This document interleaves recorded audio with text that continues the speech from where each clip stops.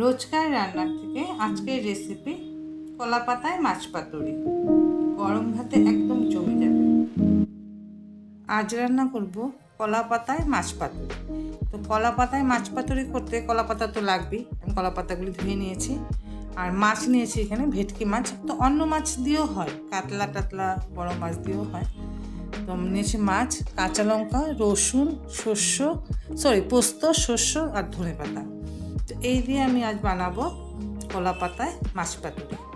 তো এখন আমি শস্য, পোস্ত, কাঁচা লঙ্কা, রসুন আর ধনেপাতা এইগুলিকে আমি একটু পেস্ট করে নিই। এখন আমি কলা পাতাগুলিকে গ্যাসের উপরে এরকম ছাঁকনি দিয়ে একটু নরম করে নিচ্ছি। একটু আগুনে দিলে একটু নরম নরম হয়ে যাবে, তো তারপর আমার পুরটা মাখতে সুবিধা হবে। একটু নরম করে নিই। এখন আমি এই মাছটা যে আমি লেবু আর গোলমরিচ আর লবণ দিয়ে মেখেছিলাম, তো এটা থেকে চিপে চিপে উঠিয়ে নিলাম। উঠিয়ে এটাতে আমি শস্য, রসুন, কাঁচা লঙ্কা আর ধনেপাতা এই বাটাটা দিয়ে দিলাম। আমি 4টা পুর বানাবো, তাই 4টা কাঁচা লঙ্কা দিয়ে দিলাম। সেই আন্দাজ মতন লবণ দিয়ে দিব, আন্দাজ মতন লবণ। আর দিয়ে দিব খানিকটা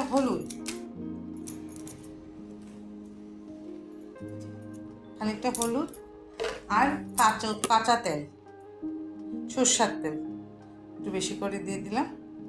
দিয়ে এটাকে ভালো করে মেখে নিব, মেখে পাতায় করব। এখন আমি এই পাতাটা, কলা পাতাটা তো একটু ছেঁকে নিয়েছি, নরম নরম হয়েছে, ভাঙবে না ভাজ করলে।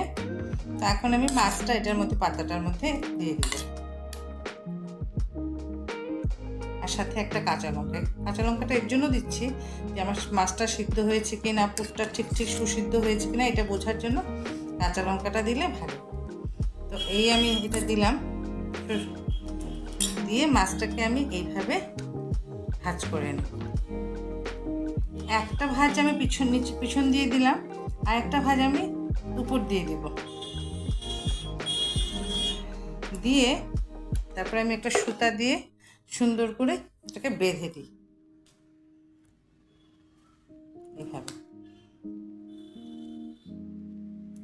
এইভাবে আমি প্রত্যেকটা করে নিই। কড়াইটা গরম হয়ে গেছে, তাতে আমি সামান্য খানিকটা তেল দিয়ে দিলাম, যাতে পাতাটা দেবো তো এর জন্য। তো তাতে আমি এখন এই যে পাতুরিগুলি একটা একটা বসিয়ে দিতে হবে।